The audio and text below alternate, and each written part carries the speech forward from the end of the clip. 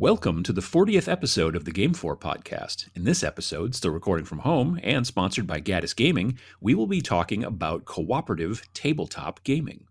I'm Adam. I'm Matt. And we're part of Game 4. With the Game 4 podcast, we're talking to people like you about how to get into tabletop gaming, how to expand your enjoyment of tabletop gaming, how to think maybe differently about tabletop gaming, and hopefully, once we can all get back together again, how to increase your overall group of gamers, your gaming, group Community. and community is the word I'm looking for. Thank you. And how to make that stronger once we're able to safely get back together again. So since we're not getting together and playing too much, obviously, although some people are getting together virtually and doing that kind of stuff, what kind of stuff have you been doing recently, Matt? So last week was the release of season 2 of Blood Bowl. So Blood Bowl is basically that it's from Games Workshop and is touted as real fantasy football because it's fantasy characters playing football. Elves and dwarves and exactly, stuff like that. Yep. So I picked up season 2. I know that like you and Jason have season 1. Supposedly everything's compatible. A lot of all the teams and stuff are. There's just some rule tweaks and everything for season 2. But the new season 2 has included the rule book and included 2 teams and like a pitch and all that stuff. So it's an interesting game in that it is basically like an English, it's like American football, but fantasy obviously, but it's American football through the lens of like English designers.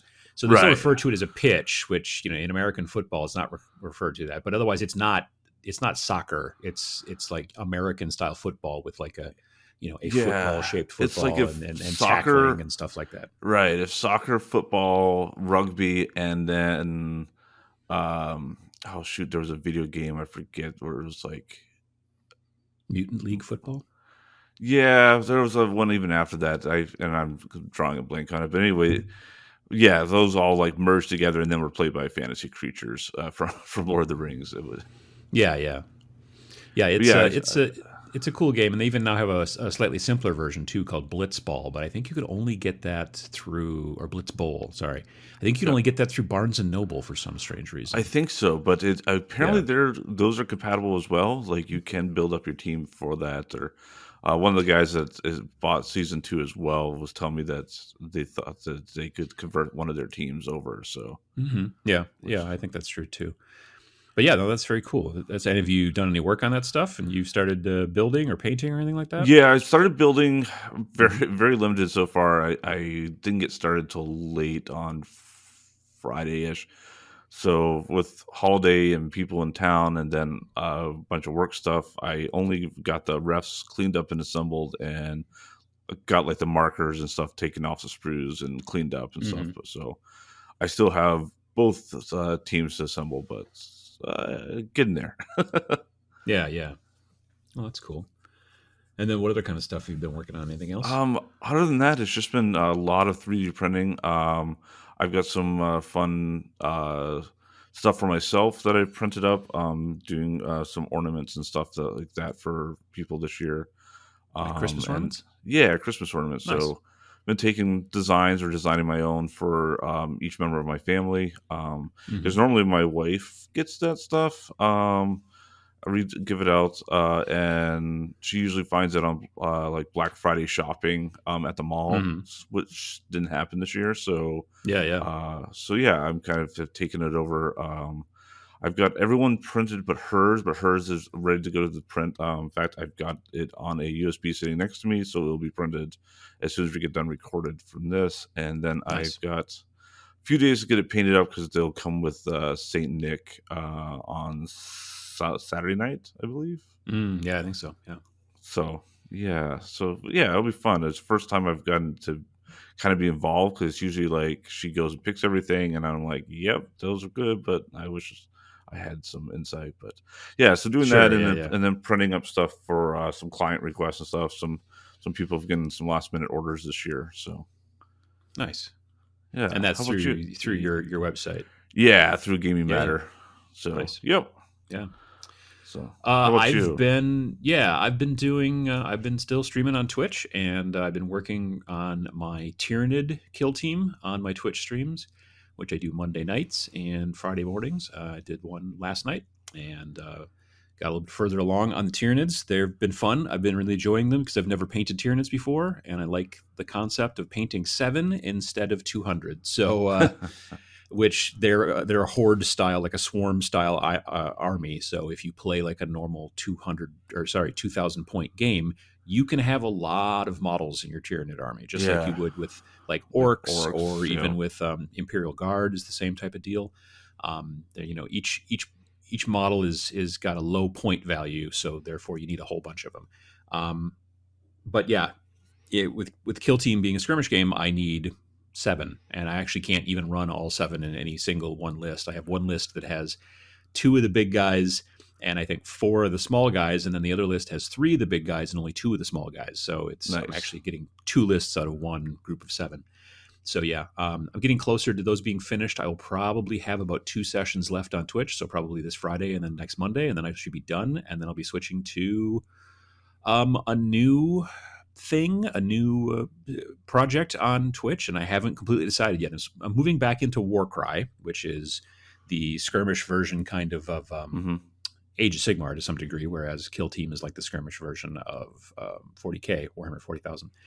And so I'm either going to be going into doing some Stormcast for my Warcry, or some Okay. Gloomspite Gits, who are basically kind of like little goblins riding these crazy things called squigs, which are Hmm. basically like a big ball of snot, but they have 2 legs and lots of teeth.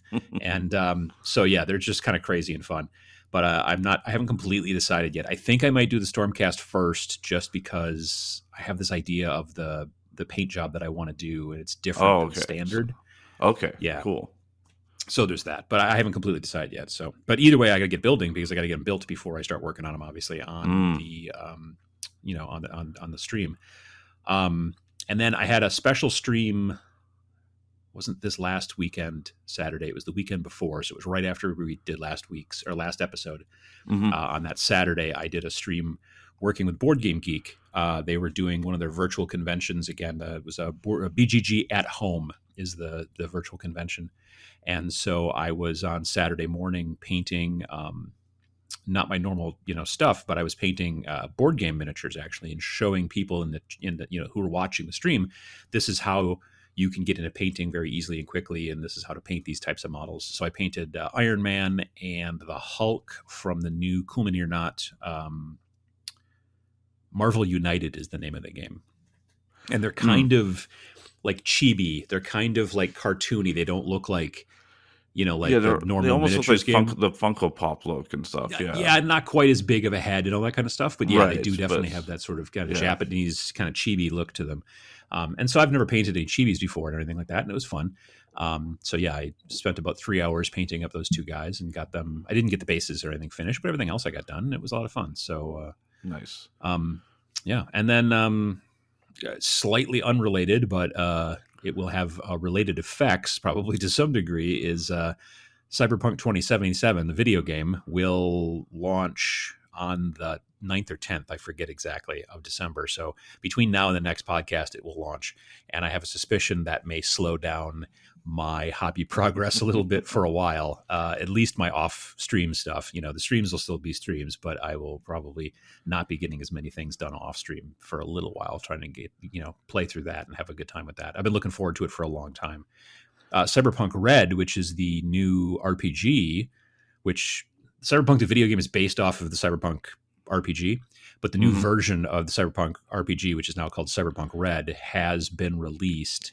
I don't think you can buy a print version yet, because I think those are still getting printed or they're on the boat. But the electronic version, the PDF version, is now available through like Drive Through RPG and places like that. I think for like Oh, roughly nice. $30, and I've kicked around the idea of checking it out just because I'm interested. I don't know that I see myself playing it necessarily, because I just don't play much in the way of Hmm. RPGs. But it's a lot of fun just to read RPG books sometimes, even Yeah, when the you're not source going to, books are sometimes are fun. Yeah, just yeah. to read the lore and everything in it.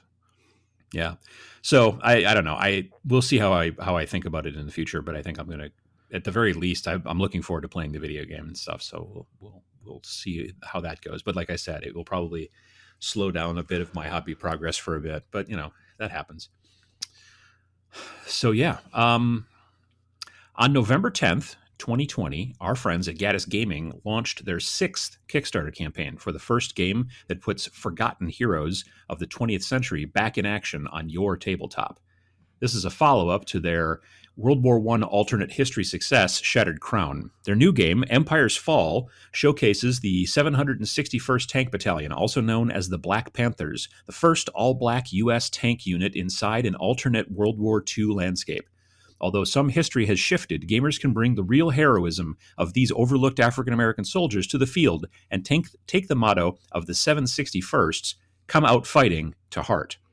All backers of the Kickstarter not only receive an exceptional game loaded with custom dice and miniatures, but a collection of real history that has been forgotten for too long. They've been written out of history, and it's our job to write them back in. Will you help them? Follow the link on gaddisgaming.com. That is GADDISGAMING.com, or in our show notes. And thank you to Gaddis Gaming for sponsoring the Game 4 podcast. Yeah, I actually, yeah, absolutely. I added on. I bought into the Kickstarter actually earlier this morning. Nice. Yep, Yeah. I'm a backer. It is getting very close to the. To the feel goal. like it should be. Yeah, I feel like it should be way ahead of where it is now because of how awesome it is. But yeah, I'm hoping that this last week they really. All the people that were holding off for some reason, maybe waiting for that Christmas bonus or something to come through, that are seeing how Cyber Monday was going to do for them, and Black Friday, and see what kind of money they got left over. So yeah, absolutely.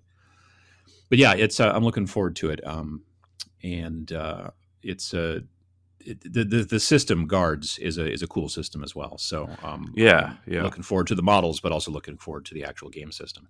Absolutely, yeah, and you can use your own models, so which is nice. Yeah, if you've got absolutely. like Conflict 47 or any of that stuff already painted, and yeah, that's true. It's just regular 28mm World War II stuff. Although there are some things, like there are Death Ray tanks and some other kind of alternate history stuff. But for the, you still need to have general, soldiers with Tommy guns and stuff like that. So, exactly. Yep.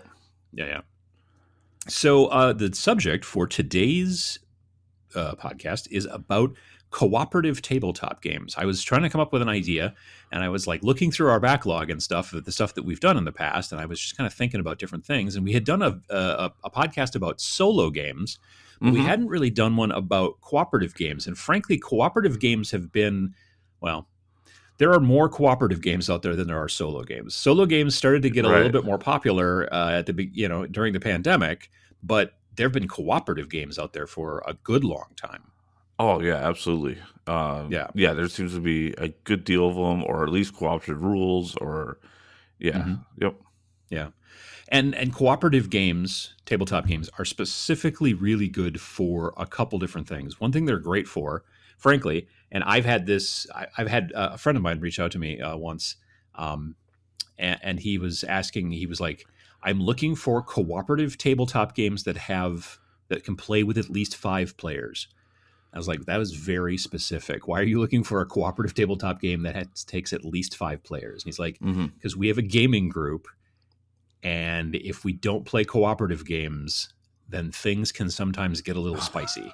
You know what I mean? And that's the thing. That's the thing about cooperative games, is that if you do have a gaming group that has a lot of, for lack of a better term, competitive personalities, and sometimes those competitive personalities can kind of strain game nights, then cooperative games are great because you're all on the same team in some fashion, right? Right. There's not somebody complaining that someone's ganging up on them, or targeted them just to target them, when it doesn't make sense, all that stuff. Or you've just got 2 people, maybe it's a couple, maybe it's a couple and they're always against each other to some degree in these kind of tabletop games. They may be great and spectacular as a couple normally, in a relationship status, but as soon as a game night starts, they all of a sudden flip gears. I mean, we've all probably been in some sort of game night situation where something weird like that's happened, and cooperative games are great for that because they don't really have to worry about it.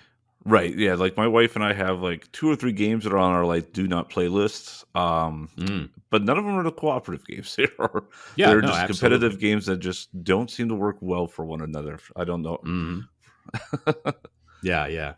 And the other thing too is that cooperative games can also be great for when you're introducing new people to either a group or even new people who are new to tabletop gaming. You know what I mean? Like if this Right. person's never really played a lot of tabletop games, being dropped into a tabletop game like let's say a board game, that Hmm. is also then something that they're concerned about, like, well, gosh, I'm going to get beat real bad or whatever, or there's any kind of issue.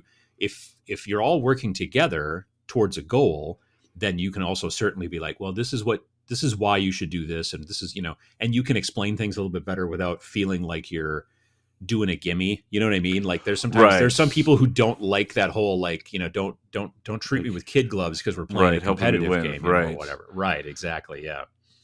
And Hmm. so when you're doing cooperative, you're all playing on this together on the same team, and so getting those people, into the game can be helpful. It could also be helpful again for people who are just also like new to the group. If you've got a group of 4 people who've been playing board games or miniatures games or whatever for quite some time, and now you've added a new person, or one person moved away and you've added a new person, or whatever the deal is, Right. starting out with some cooperative games can be really actually pretty helpful. Hmm.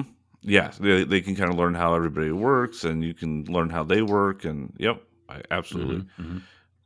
Hmm. And Yeah. yeah, and also for like young gamers, like I think I've mentioned a few times, like playing with my kids with a cooperative is so much easier because I don't have to worry, like, am I playing too tough or too easy? Like I can, Hmm. really feel like I'm gaming, and then let them know, like, and on strategies, and then start to see them develop their own strategies and come up with, stuff. And yeah, it's fun. Yeah. No, I agree. I agree. Yeah, and it's also something. I mean, you have to be a little careful sometimes because you can have sometimes the sort of what do you want to call it, like alpha gaming, for lack of a better term. Hmm. Where you've got somebody who's like, well, we're playing competitively or sorry, cooperatively, but I'm in charge, or you know what I mean. Right, or And they're and just like, well, sometimes that's you need yeah, that, you but don't want to do that. You need to do it this way because this plus this, especially like the people that are probably the worst at this, or most guilty, I should say, are the hmm. your Hmm. traditional max min gamers who will, no fault of their own, they'll just see it and they'll go like, well, geez, if you did this, this, and this, you get 5 more resources than what you're doing than the way you're doing it right now, like, Right. and we'll just kind of start dictating what everybody else is doing, and it turns in really it's one person playing 4 different parts and everyone else is just kind of watching. Yeah. um Yeah. so yeah, so watch that for yourself. I know that I have problems with it when I know a game really well, and people are new to it, to not want to tell them like, well, this is how you do it so you win. So there's a fine line between helping and telling them of Right. how to play. Yeah, and because cooperative games are designed to be cooperative, it's a situation of like, you think, well, I'm just trying to help, and so, Hmm. but there's a line definitely, and it's a little vague in some situations, but it is important to kind of keep an eye on it. Yeah, and everybody has a different threshold of what they want and what they consider, helping versus, telling them what to do, and that kind of thing. And so, make sure that it, maybe bring that out if you're explaining a game, or especially if you know you're guilty of it. I know I'll sometimes go like, hey, I'll try to help everyone out. If you think I'm giving you too much information, or you want to kind of make better decisions on your own, let me know. I can sit back more, and if you come right out, it seems like it goes over a lot better. No, I agree. I agree. So there's lots of, I mean, there's different types of cooperative games in the different genres. Um, like role playing games are, for the most part, basically all cooperative games, aren't they? Usually, yeah, except for I would say like Paranoia is probably the maybe one exception to that, Yeah, I because could you're see that definitely. because you're, I mean, you're kind of not, I mean, you're really out to backstab one another, right? Right. I Um, mean, paranoia. The whole concept of paranoia, the RPG, is obviously it's kind of every person for themselves a little bit. I mean, that's right, the story of the game. Of the game, right? right. Yeah. But yeah, outside of, I would say, like, exceptions like that, your traditional Pathfinders and D&D Hmm. and Doctor Who, Vampire, all those, are usually the group working against, a common enemy, usually played by the GM. Right. So it's not completely cooperative in that everybody is basically playing together, but they really kind of are. Like the GM is Mhm. not necessarily, I think personally, a good GM is not trying to win. You know what I mean? They're Right. trying to make it so that everybody has a good time. Yeah, very rarely are So, are you out for a TPK, like a total party kill. right. Yeah, exactly. Yeah. Yeah, there are certainly GMs out there who are like that, but I personally disagree with how that's kind of done. I think Yeah, it's a better idea to right. not go I that direction. mean, really, that's why there's a screen there, because if Yeah. people are starting to die, you start pulling the punches a little bit on your dice rolls. Hmm. If everyone's You've rolled bored your and it's fourth too, 20 in a roll. Now you just say, like, well, maybe it wasn't a 20. You know what I mean? That's, yeah. yeah, right, exactly. Oh, I think that was cocked a little bit. I'm gonna re-roll Hmm. that one. Yeah.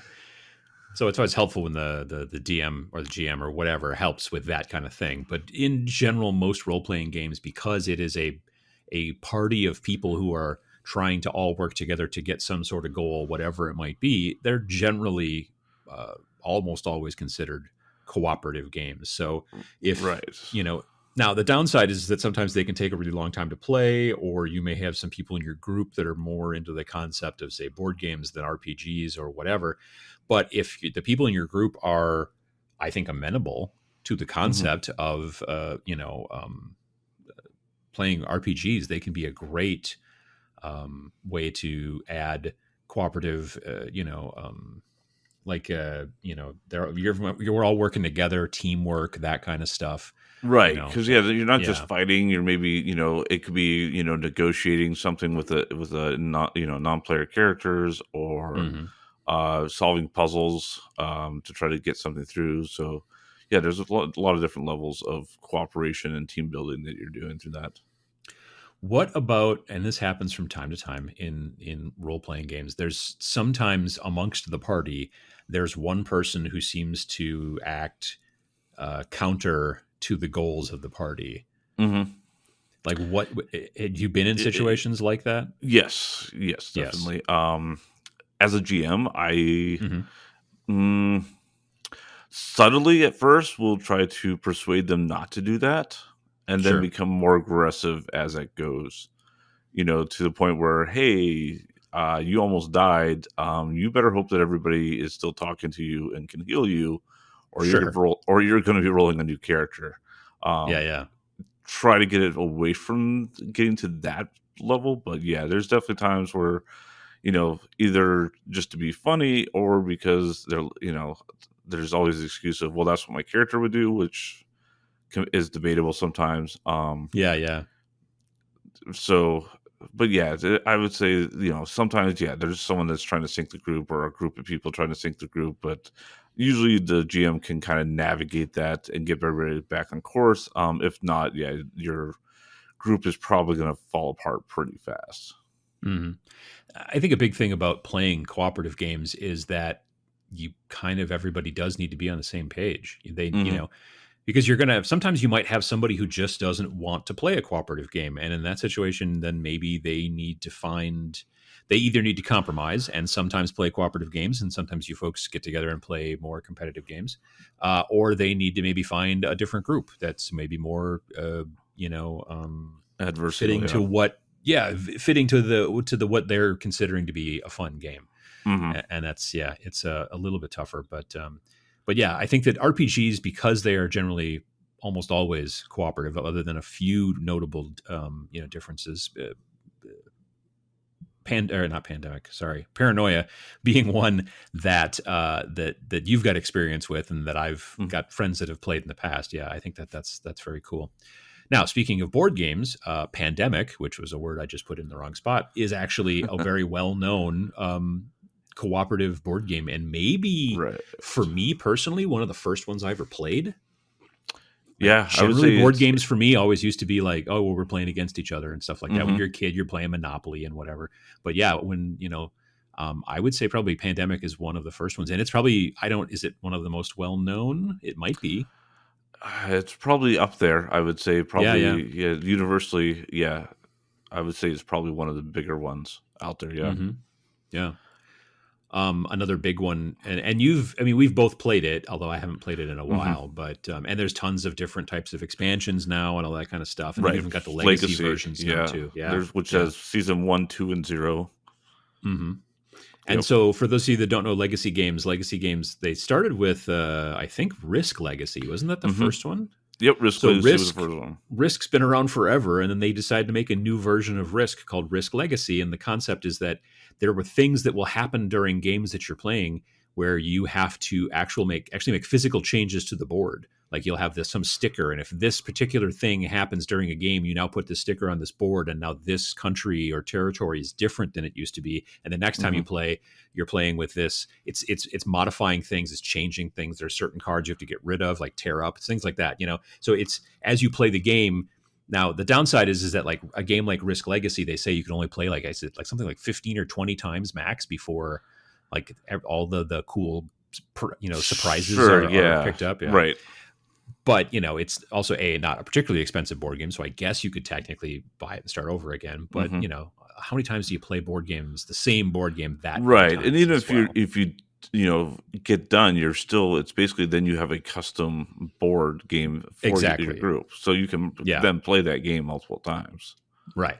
So Pandemic Legacy in that situation is still cooperative, and it's Hmm. you as people all basically trying to fight against and stop a global pandemic virus. In case you guys have ever heard of that weird, far Yeah, off that idea. seems so foreign. Yeah. Yeah, it's a fantasy game, and but the idea is also that because of the legacy thing, that there are changes and tweaks, so every game's not the same. To be perfectly honest, Pandemic was never the same game to me. I mean, like Risk could be the same game, kind of, and I understand Hmm. when Risk Legacy came out, it made a lot of sense, and the legacy concept has been used in a lot of other board games, but with Pandemic, I never felt like, boy, this is just like last time, because so many things would change, but now even more stuff changes if you play that particular version.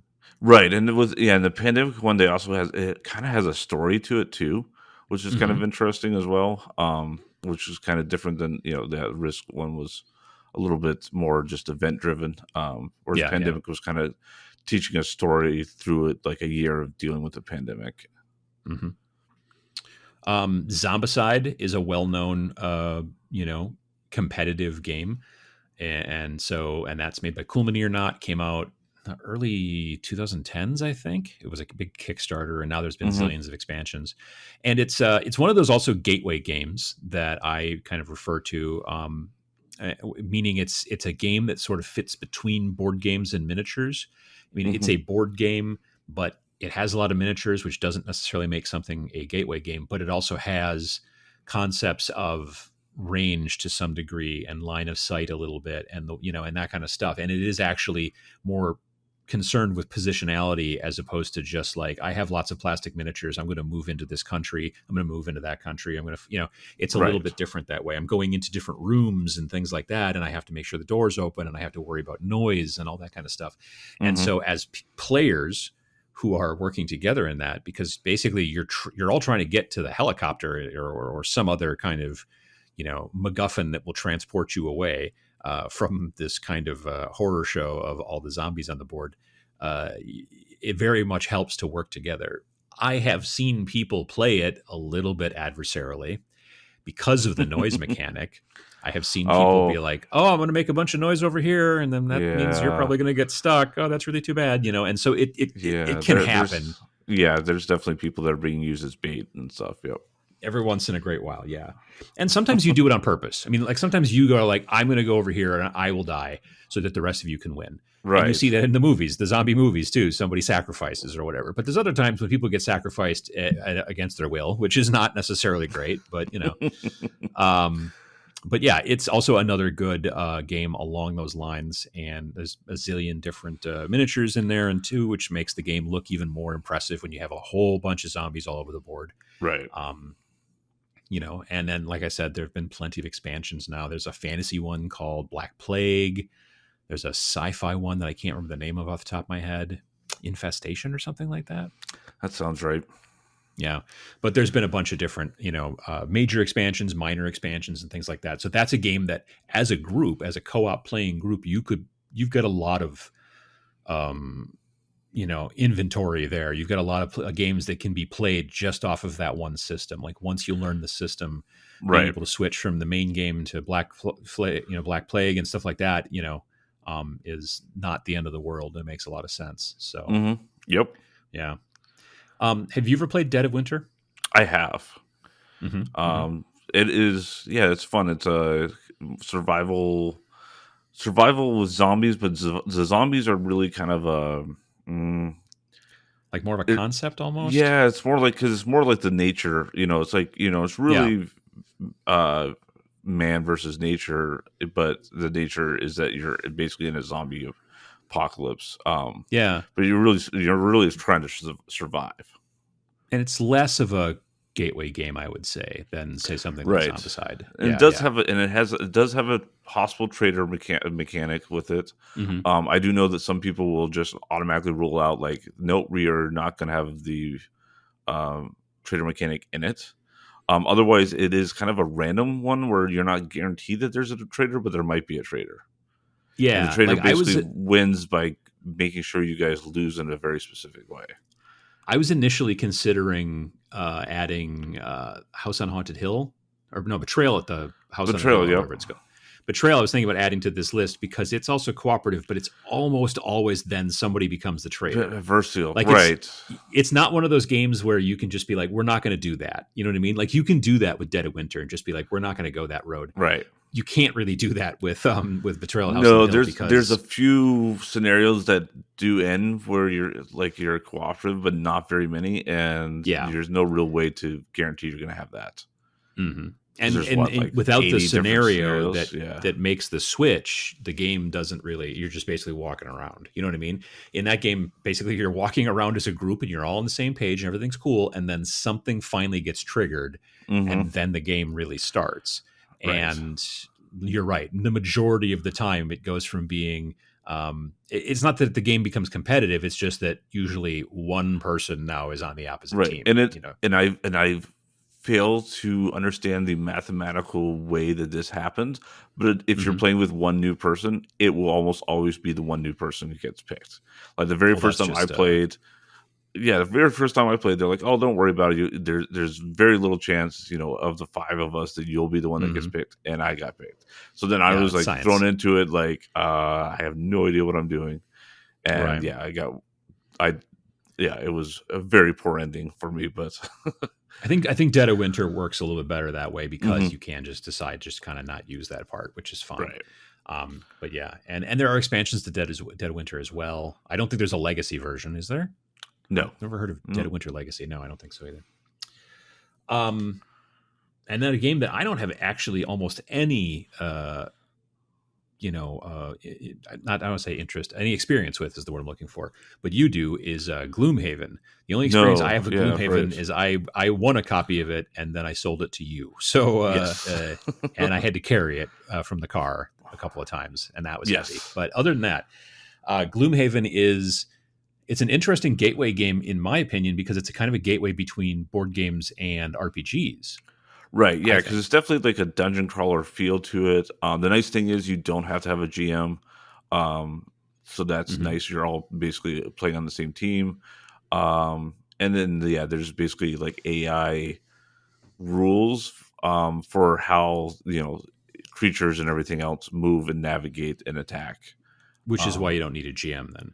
Right, so it's all kind of set up that way. Yeah, you can even get apps that will help you control that and stuff as well, which is nice. It's Imperial Assault similar, but the Imperial Assault, you're still using kind of that one person will usually control the campaign mode. For the bad people, I think there are some people out there that have rules of how you can do it without that. But generally almost ever there's always going to be something on Board Game Geek where someone's like, I figured out rules to how to do this solo or how to do but it's get rid of really the GM, not. Whereas Gloomhaven, was built from the ground up that way, so which is nice. Right. And the second one is which is Frosthaven, I believe. Frosthaven. There was technically Jaws of the Lion, which was an expansion / standalone. Right, and there was another came out.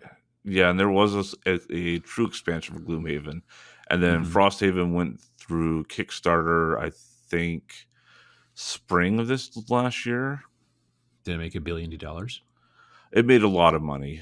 Sure, yeah, And yeah. so I think it's going to be delivered probably this next spring. I haven't heard Hmm. of it coming any sooner than that. Mm-hmm. So Yeah, so I mean, Gloomhaven is, you need some space because it's a big, big box and it's very heavy. So, make sure you lift with your legs. Um, but it is definitely a great game to play cooperatively with friends because of all the reasons Matt mentioned. And the big one, of course, is the fact that you don't need a GM because sometimes, even if, like with RPGs, having a GM is just the way things are done and it makes total sense. And it's rare that there is a combative nature between the GM and the players. Like I mhm. said, like we said, that's not great. But in board gaming, if there's a GM, sometimes that kind of runs things, that competitive sort of aspect can still sort of sneak back in a little bit. So it's Yeah, nice to have Gloomhaven or any other game where there is some sort of AI that allows you to say, okay, well, this is the way the monsters would react. And it's not because, I mean, how many times you've been like, well, the monster wouldn't have done that. Why? You're just doing that because you're mad at me because I ate the last Cheetos or whatever the deal is. right. And with a game with it, they're like, look, there's a list here. Step one is do this. If this doesn't happen, then do this. And it's almost like programming, like if this, then that. Right, exactly. Yep. So yeah, but in a simpler fashion. So it's helpful. You've played Time Stories. I've not. Mhm. Yeah, Yeah, yeah. Time Stories has like a base game, and then it's got tons of expansions where it is basically a Mm-hmm. new story for each one. And that's a good cooperative one. And that's basically the premise is that you're kind of like Assassin's Creed. You are kind of being teleported back in time, but this time you're sent back to basically take up bodies to investigate some kind of mystery that happened at some point.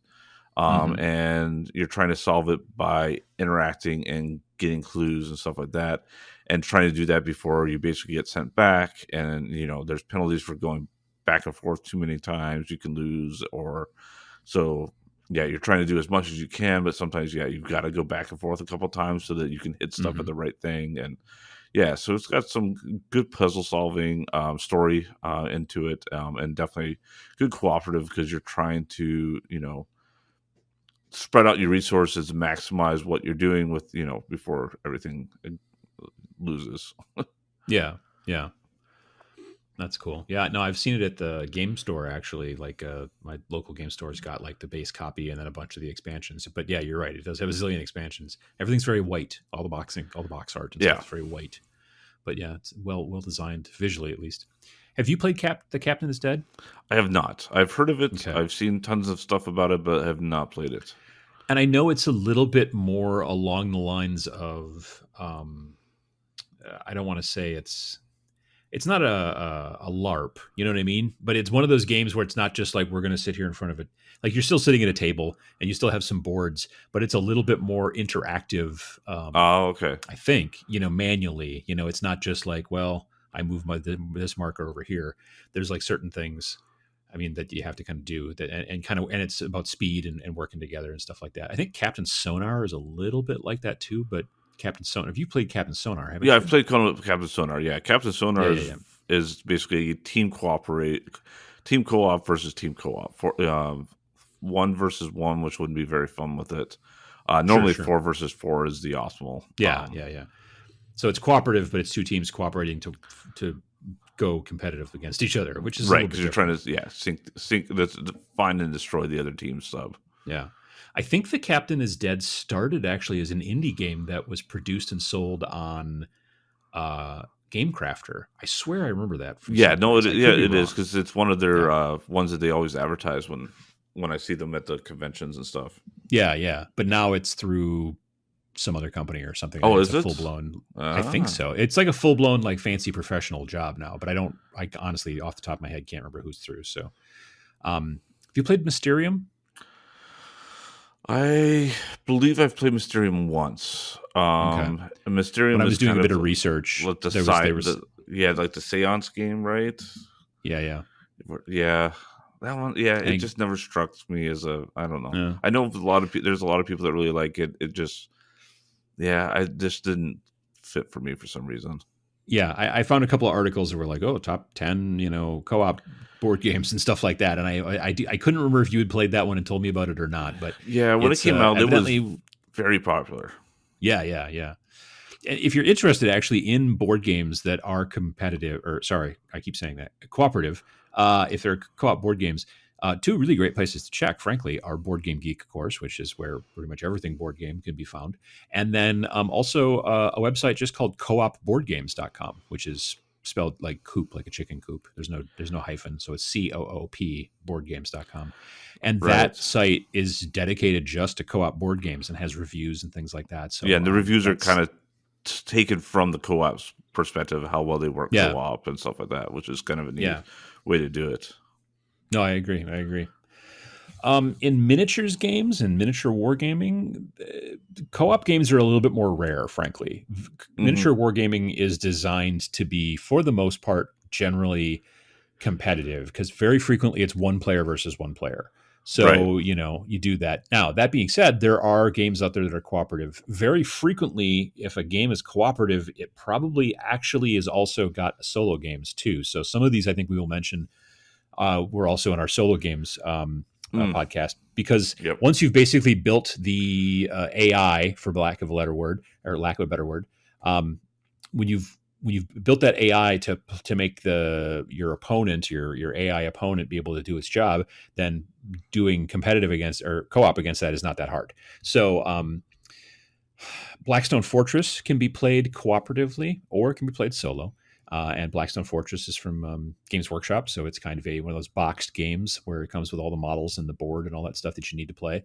Um, Dungeon Saga from Mantic is definitely got the ability to play cooperatively if you want to, and that's much more of a traditional kind of dungeon crawl, but still miniatures, and Dungeon Saga, I really like Dungeon Saga, especially just as a product. It comes in a box that looks like a big book, and it even opens like a book, and then everything's Okay. inside of it, and you can probably put it on your shelf, and it just looks like a big book. It's really cool. Um, but yeah, I like Dungeon And that Saga comes with quite a like bit. its own miniatures, like Saga, or is Yeah. it? hmm Oh, hmm. Yeah, Dungeon Saga is from Mantic, and because they also made Star Saga, which was the sci-fi version, which did not look like a book at all, sadly. And actually, the expansions for Dungeon Saga have also all looked like books too. Hmm. But yeah, it comes with little skeletons and little fantasy people. It's dungeon, so it's fantasy stuff, and it Right. comes with like little tiles to make different kind of dungeon layouts and stuff like that. They're cardboard tiles, but still. Huh. So it's cardboard tiles and miniatures and things, and it all fits inside of this. I mean, it's a big book. It's like probably if you look at the spine, it's probably I don't know 3.5 inches across. So it's a big thick book that you would put on your shelf, but it's still kind of book sized. It's kind of cool. Hmm. Fallout, like based off the video game Fallout series, Mm-hmm. Fallout Wasteland Warfare has both, solo, and so then because it's got solo rules, you can also then, although you have to down. I don't think the solo rules come in the original box, so you have to go to the website. But Okay. you can then, you pretty much any game that you can play solo, you can also play competitively if you want to, or sorry, Sure. cooperatively. I keep Yep. getting I those know what mixed you up. meant. But you can also play it competitively if you want to, where you could be like, and there are a bunch of games out there, Frostgrave to some degree, um, which is from Osprey and also very popular.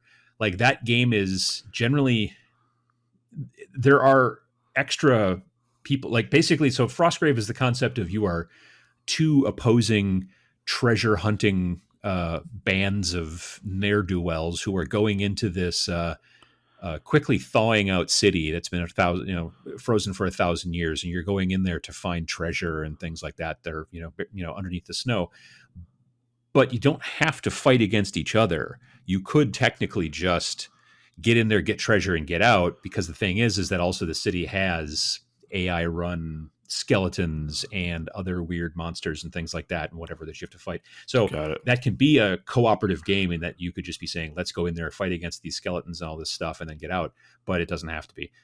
You also might be like, well, I can get more treasure if everybody on the other team is dead. So you've got that going on as well. Sure. And Fallout Wasteland Warfare can be kind of done the same way, but it does have the ability for you to be able to play it, cooperatively as well.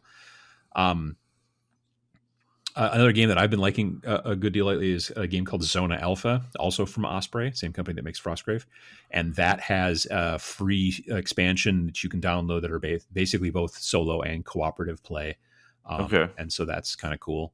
And another game I like is Planet 28, which is a very indie kind of miniatures game, and they had a paid expansion that you could buy that added solo and co-op type rules into it, so you could go that direction.